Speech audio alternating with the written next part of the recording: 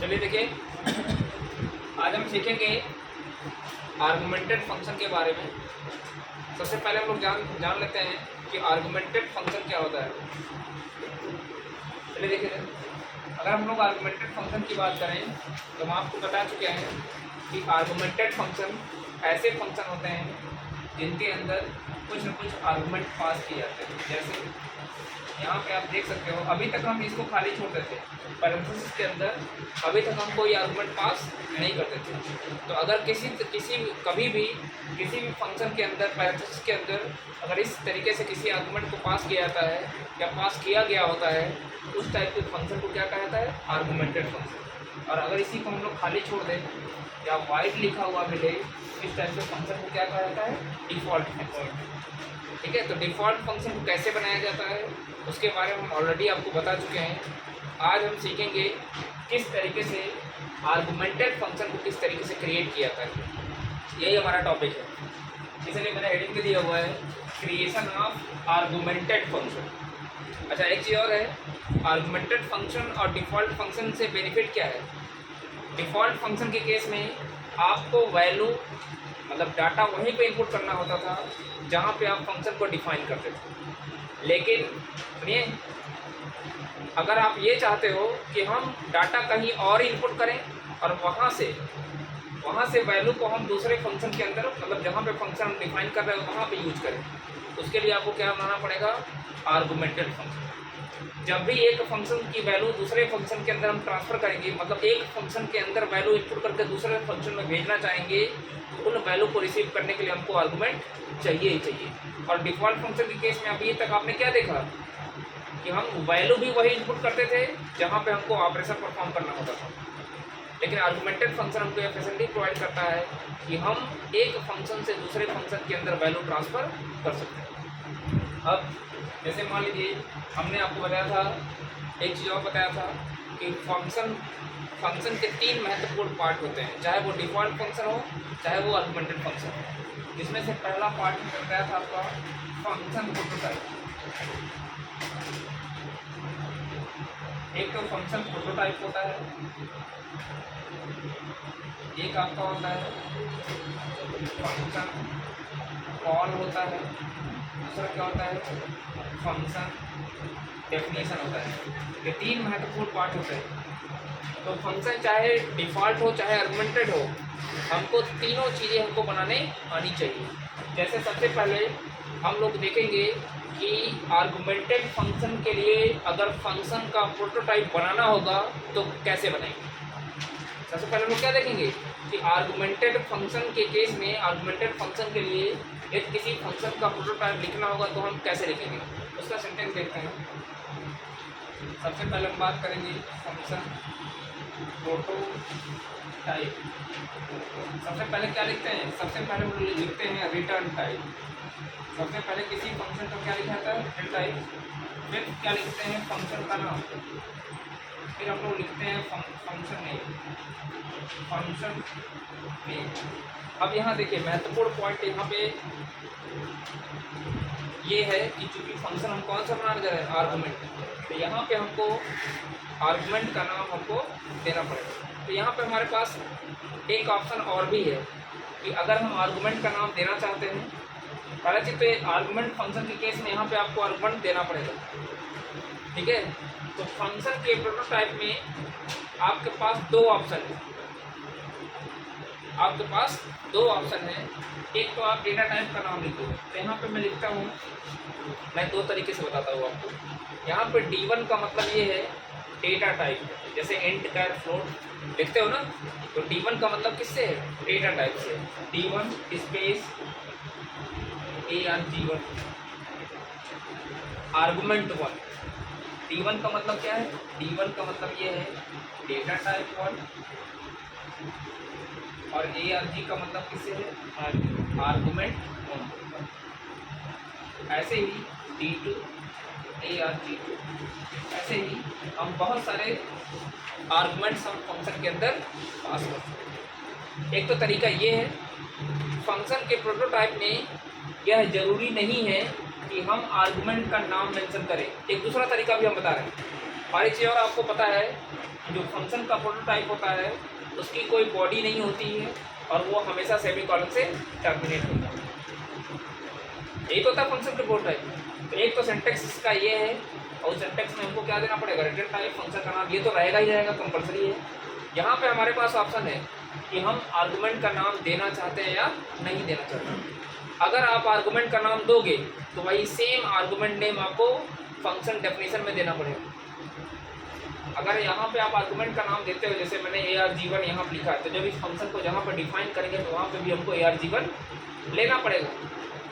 और यदि हम फंक्शन का प्रोटोटाइप कुछ इस तरीके से लिखते हैं, जैसे हमने लिख दिया रिटर्न टाइप, इसमें नहीं कोई चेंज आएगा, रिटर्न टाइप रहेगा ही रहेगा, फंक्शन का नाम भी रहेगा। यहाँ पे एक और ऑप्शन है कि हम चाहें तो आर्गुमेंट का नाम फंक्शन के प्रोटोटाइप में ना मेंशन करें।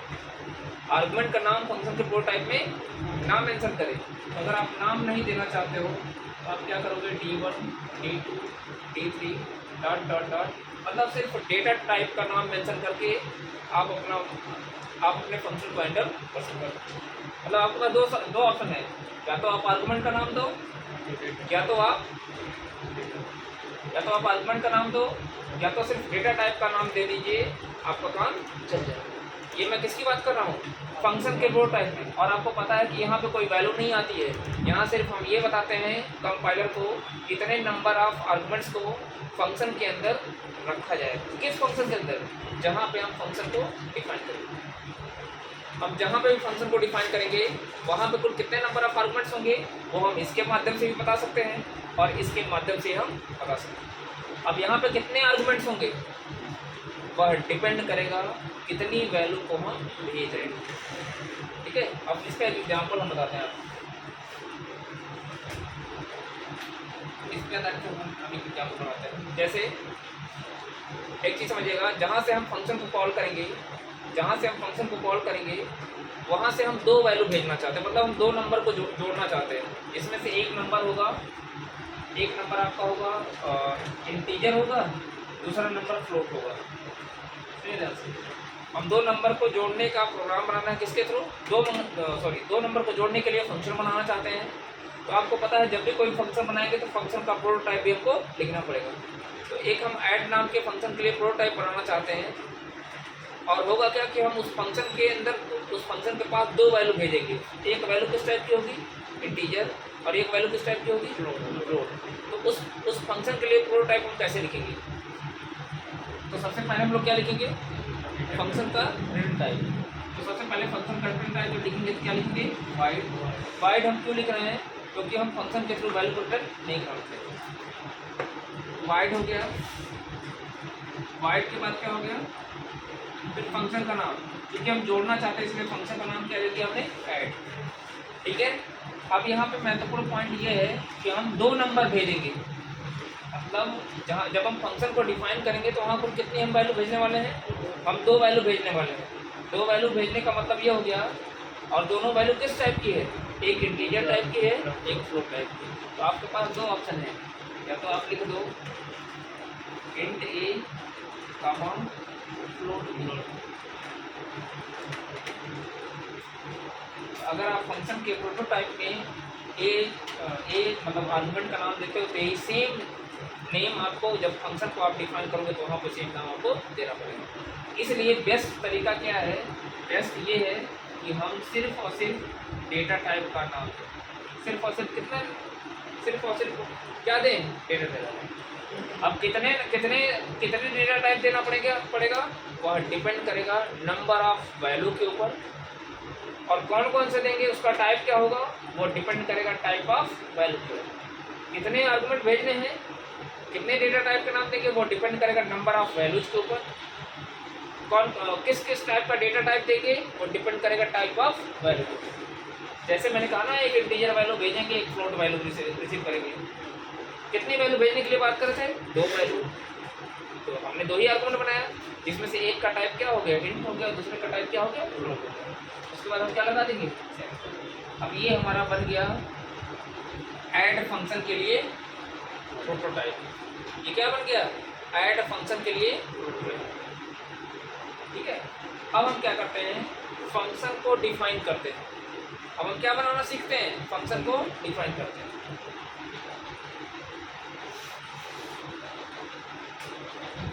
मैं यहाँ पे लिख देता हूँ फंक्शन डेफिनीशन, मैं यहाँ पे लिख देता हूँ फंक्शन डेफिनीशन, मतलब फंक्शन को डिफाइन कैसे करेंगे। पहला चीज़ तो आपको कल हमने अंतर बता दिया था कि फंक्शन के डेफिनीशन में और फंक्शन के प्रोटोटाइप में क्या अंतर होता है। फंक्शन के प्रोटोटाइप में सेमी कॉलन आता है, इस तरीके से आप देख सकते हो, और उसकी कोई बॉडी नहीं होगी। तो सबसे पहले हम क्या लिखेंगे, फंक्शन का रिटर्न टाइप। सबसे पहले हम क्या लिखेंगे, फंक्शन का रिटर्न टाइप, फिर फंक्शन का नाम। अब यहाँ पे देखिए, यहाँ पे आपके पास ऑप्शन नहीं है, यहाँ पे कंपलसरी है कि डेटा टाइप के साथ साथ हमको आर्गुमेंट का नाम देना पड़ेगा। फंक्शन डेफिनीशन में ये कंपलसरी है कि हमको डेटा टाइप के साथ आर्गुमेंट का नाम देना पड़ेगा। जैसे अभी तो सिंटेक्स हम बना रहे हैं ना, तो D1 का मतलब आपको पता है डेटा टाइप 1, और यहाँ पे आपको आर्गुमेंट देना पड़ेगा, यहाँ पे आपको आर्गुमेंट देना पड़ेगा D2 या D2। इस तरीके से हमारे पास मतलब यहाँ पे जितनी वैल्यू भेजी जाएंगी, जब हम फंक्शन को कॉल करेंगे तो फंक्शन कॉलिंग के दौरान जितनी वैल्यू भेजी जाएगी उतने नंबर ऑफ आर्गुमेंट्स को हमको यहाँ पे देना पड़ेगा, और जिस जिस टाइप की वैल्यू भेजी जाएंगी उतने उतने टाइप की वैल्यू हमको देंगे। अब हम क्या करेंगे, इसकी बॉडी बना देंगे, यहाँ पे हम उन कोड्स को लिख देंगे जिसको हम एग्जीक्यूट करना चाहते हैं, कोड टू बी एग्जीक्यूटेड। मतलब इस फंक्शन के अंदर कैसे कोड लिखे जाएंगे, जैसा ऑपरेशन हमको परफॉर्म करना होगा वैसा ही कोड लिखने के बाद आप क्या करोगे, फंक्शन की बॉडी को आप क्लोज कर दोगे। अब हम इस पे आधारित एक एग्जाम्पल बताते हैं, केस को मेंशन कर लीजिएगा।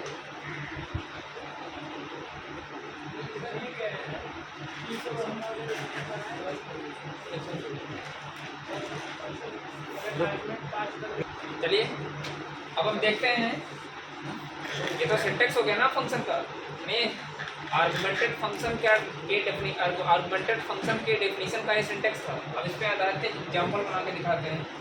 सुनिए, जैसे अगर फंक्शन का यहाँ पे देखिए, सबसे पहले हम लोग क्या लिखेंगे, रिटर्न टाइप।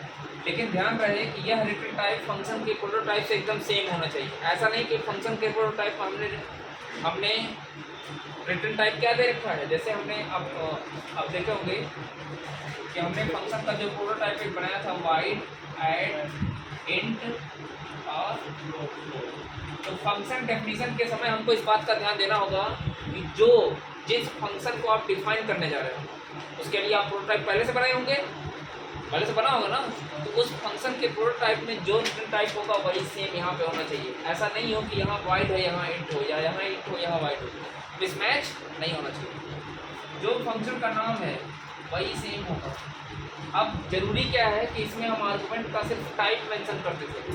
फंक्शन के प्रोटोटाइप में हम क्या करते थे, सिर्फ आर्गुमेंट का टाइप मेंशन करते थे, आर्गुमेंट का नाम मेंशन नहीं करते थे। लेकिन यहाँ पे हमको क्या करना पड़ेगा, आर्गुमेंट के टाइप के साथ साथ हमको आर्गुमेंट का नाम भी मेंशन करना पड़ेगा। आर्गुमेंट के टाइप के साथ साथ हमको क्या मेंशन करना पड़ेगा, आर्गुमेंट का नाम भी मेंशन हमको करना पड़ेगा।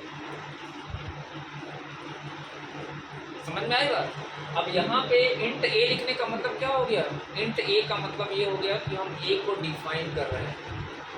फ्लोट बी का मतलब क्या हो गया, हम बी को डिफाइन कर रहे हैं, क्योंकि ए और बी क्या होंगे, इस फंक्शन के अंदर लोकल वेरिएबल होंगे।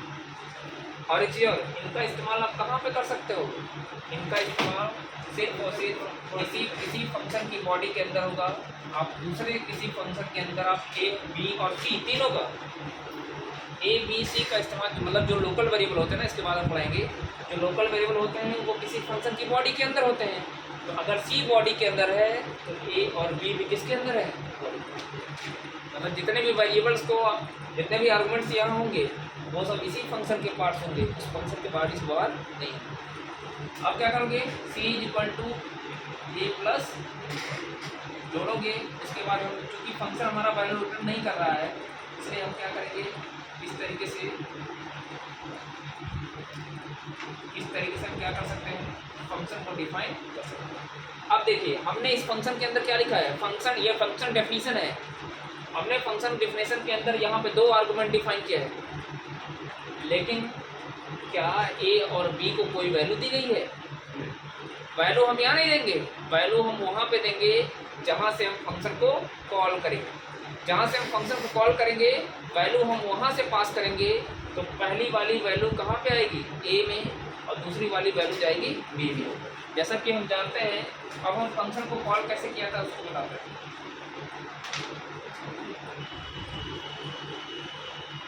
अब इस बात का हमको ध्यान देना होगा, सुनिए। जब कभी हम लोग फंक्शन को कॉल करते हैं तो अगर फंक्शन की कॉलिंग के दौरान हम वैल्यू भेज रहे हैं, क्या भेज रहे हैं? वैल्यू। और एक चीज़ और समझ, या आप ऐसा भी कह सकते हो, अगर आप फंक्शन की कॉलिंग के थ्रू वैल्यू भेज रहे हैं तो हमको यहाँ पे आर्गूमेंट चाहिए, या हमने यहाँ पे मान लीजिए पहले फंक्शन को हमने डिफाइन कर दिया, तो जब हम फंक्शन को कॉल करेंगे तो हमको फंक्शन की कॉलिंग के दौरान हमको वैल्यू भेजनी पड़ेगी। कितनी वैल्यू भेजेंगे वो डिपेंड करेगा कुल कितने नंबर ऑफ आर्गुमेंट्स यहाँ पे दिए गए। कुल कितने आर्गुमेंट हैं? दो। तो हमको कुल कितनी वैल्यू भेजनी पड़ेगी? अच्छा, वैल्यू कहाँ से भेजेंगे? जहाँ से आप फंक्शन को कॉल करेंगे। तो फंक्शन को कॉल करने के लिए आपको पता है कि हम क्या लिखते हैं? फंक्शन का नाम ही तो देते हैं। उसके बाद कितनी वैल्यू भेजेंगे, सबसे पहले आपको ये देखना है, 2 वैल्यू। अब ये भी आपको पहले तो हम ये ध्यान देखना है कि कितनी वैल्यू भेजेंगे। दूसरे पे हमको ये देखना है कि टाइप ऑफ वैल्यू, किस टाइप की वैल्यू भेजेंगे। तो पहला वाला जो आपके द्वारा पहली वाली वैल्यू भेजी जाएगी, इस बात का ध्यान दीजिएगा, वो कहाँ जाता है? पहले आर्गुमेंट। पहले वाली वैल्यू किस आर्गुमेंट में आती है? पहले आर्गुमेंट। और जो दूसरी वाली वैल्यू होगी वो कहाँ पे जाएगा? दूसरे वाले। ऐसा कभी भी नहीं होगा दूसरे वाले की वैल्यू पहले में चली जाए या पहले वाले की वैल्यू। तो पहला चीज हमको ये देखना कितने आर्गुमेंट बनाए गए हैं। जितने आर्गुमेंट डिफाइन होंगे उतनी वैल्यू को भेजेंगे। ठीक। अब जिस टाइप के आर्गुमेंट होंगे, जैसे यहाँ पर कितने टाइप के आर्गुमेंट है? 2 टाइप के हैं, पहला इंट है, दूसरा फ्लोट है। तो पहले हम इंट टाइप की वैल्यू भेजेंगे, फिर फ्लोट टाइप। मतलब नंबर ऑफ आर्गुमेंट और टाइप ऑफ आर्गुमेंट के बिहाफ पे हम क्या करेंगे? वैल्यू को ट्रांसफर करेंगे। अब क्या होगा? पहली वाली वैल्यू ए के अंदर कॉपी हो जाएगी, दूसरी वाली वैल्यू बी के अंदर कॉपी हो जाएगी। अब जब ए और बी को वैल्यू मिल जाएगी तो ये फंक्शन कॉल होंगे। अब क्या करेगा? इसके अंदर के जितने भी स्टेटमेंट होंगे सब 1 बाय 1 कॉल होंगे। यहाँ से सी की वैल्यू, अगर सी के अंदर ए प्लस बी की वैल्यू आएगी, प्रिंट क्या करेगा? सी करेगा। तो आप इस तरीके से आर्गुमेंटेड फंक्शन के लिए आप फंक्शन को कॉल और डिफाइन कर सकते हैं। तो हम इसको जो हमने अलग अलग पार्ट में दिखाया है, इसको हम एक प्रोग्राम में आपको कन्वर्ट करके आपको दिखाया था। ठीक है।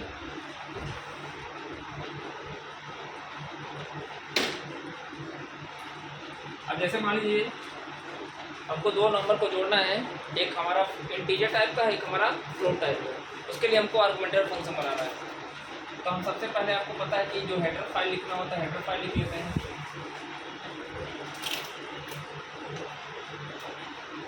उसके बाद क्या लिखते हैं? फंक्शन का प्रोटोटाइप। सबसे पहले फंक्शन का प्रोटोटाइप लिखा है। तो ये चीज़ आपको पहले से अपने माइंड में लेके चलना है। कितने नंबर को जोड़ना है, किस टाइप के नंबर को जोड़ना है, ये सब चीज़ें आपके दिमाग में पहले होनी चाहिए। आप कहीं साइड में अपने रख सकते हो। जैसे मान लीजिए 2 नंबर को जोड़ना है, हमारे पास एक 100 है, एक नंबर, एक 120.5, 2 नंबर को जोड़ना है, ये नंबर। ठीक है। यानी हमको 2 नंबर इंटर करना पड़ेगा, फिर उनको जब फंक्शन कॉल करेंगे तो उनकी वैल्यू को भेजना पड़ेगा। तो कितने नंबर भेजोगे? 2। तो सबसे पहले जब फंक्शन का, अच्छा देखिए, सबसे पहले आपको पता है हेडर फाइल के बाद हमको क्या लिखना है? फंक्शन का प्रोटोटाइप। जब फंक्शन का प्रोटोटाइप लिखे जाएंगे, सबसे पहले आपको क्या लिखना पड़ता है? Return type. हम रिटर्न टाइप अभी क्या लगाते हैं? वाइड। क्यों? क्योंकि हम चाहते हैं फंक्शन हमारा वैल्यू रिटर्न ना करे। तो हम यहाँ पर वाइड लिख देंगे। क्या फंक्शन का नाम देते हैं? चलिए ऐड ही लिख देते हैं। अब देखिए, हमने आपको बताया कि फंक्शन के प्रोटोटाइप में हमको नंबर ऑफ आर्गुमेंट का नाम मेंशन करने की जरूरत नहीं है, सिर्फ टाइप दे देंगे। एक किस टाइप की वैल्यू भेजेंगे? इंटीजर टाइप की, एक फ्लोट टाइप की। तो हमने क्या भेजना है? अच्छा, यहाँ पे आर्गुमेंट का नाम देना क्यों नहीं जरूरी? क्योंकि यहाँ कोई वैल्यू थोड़ी ना आती है। यहाँ पे सिर्फ हम कंपाइलर को ये बताते हैं कि इतने नंबर ऑफ आर्गुमेंट हैं और इस टाइप के हैं। कौन कौन से हैं ये बताने की हमको जरूरत नहीं है। फिर हमको क्या बताना है? Number of arguments. फंक्शन के प्रोटोटाइप में सिर्फ नंबर ऑफ आर्गुमेंट बताना होता है और type of argument. Number of argument कैसे पता चल रहा है? कितने डेटा टाइप पास किए गए हैं? 2। यानी नंबर ऑफ आर्गुमेंट्स कितने होंगे? 2। और ये नंबर ऑफ आर्गुमेंट्स कहाँ किसके डिफाइन कर रहे हैं? Function definition. Type of argument कौन कौन से होंगे? पहला इंट होगा, दूसरा फ्लोट होगा, ये तो उसका टाइप हो गया ना। अब क्या लगा दोगे? सेमीकोलन। उसके बाद क्या करते हैं? वाइड मेन लिखते हैं। उसके बाद अब देखिए यहाँ पे ध्यान से वैल्यू हम यहाँ पे, क्योंकि फंक्शन को कॉल कहाँ से करेंगे? मेन के अंदर से, तो वैल्यू आप यही एंटर करोगे ना, क्योंकि हमको पता है कि आर्गुमेंट फंक्शन के केस में जब हमको वैल्यू वहाँ से पास करनी होती है जहाँ से हम फंक्शन को कॉल करते हैं, तो आपको वैल्यू भी तो वहीं इनपुट करनी पड़ेगी। ठीक है, अब क्या करेंगे? फ्लोट यहाँ पे आप बी कर लेते हैं।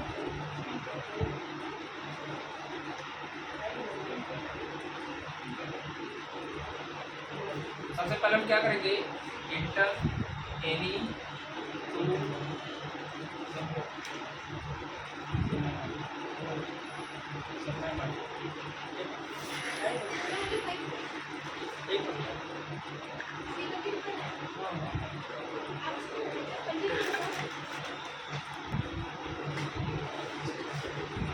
हम क्या करेंगे?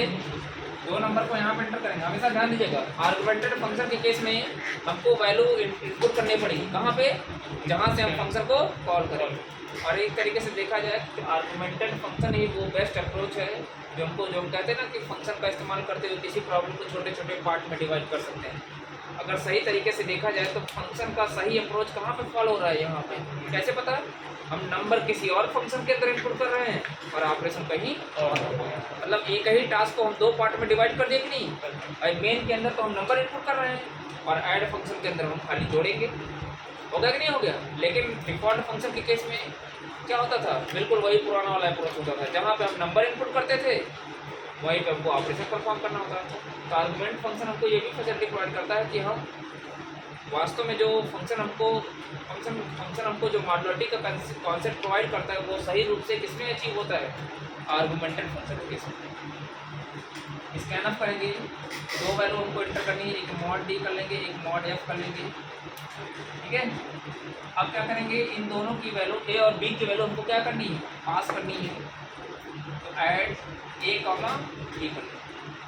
अब जो ए और बी की वैल्यू आप दिए होंगे, जैसे ए की वैल्यू हमने दे दिया 100, बी की वैल्यू हमने क्या दे दिया? 20.5। ए की वैल्यू चली जाएगी कहाँ पे? जब हम फंक्शन को डिफाइन करेंगे तो वहाँ पे जो आर्गुमेंट होगा वहाँ पहले हम फंक्शन को डिफाइन कर लेते हैं। अब देखिए हम यहाँ पे क्या कर लेंगे? Curly brace. आप फंक्शन को डिफाइन कहाँ करेंगे? फंक्शन की बॉडी से बाहर। तो जो टाइप आप यहाँ पे फंक्शन के फ्लोट टाइप में है वही हम यहाँ पे भी देंगे।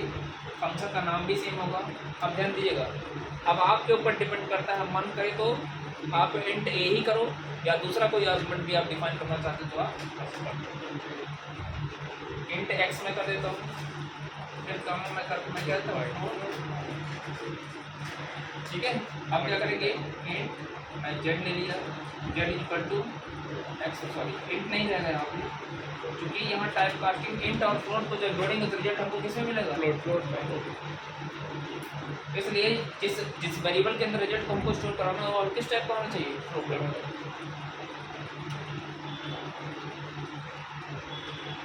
मॉड है, उसके बाद हम जेड की वैल्यू। इस तरीके से देखिए हम आर्गुमेंटेड फंक्शन को आसानी से क्रिएट कर सकते हैं। यही सेम प्रोसीजर। आप अच्छा, आप जितनी वैल्यू भेजोगे उतनी ही आर्गुमेंट। ठीक है।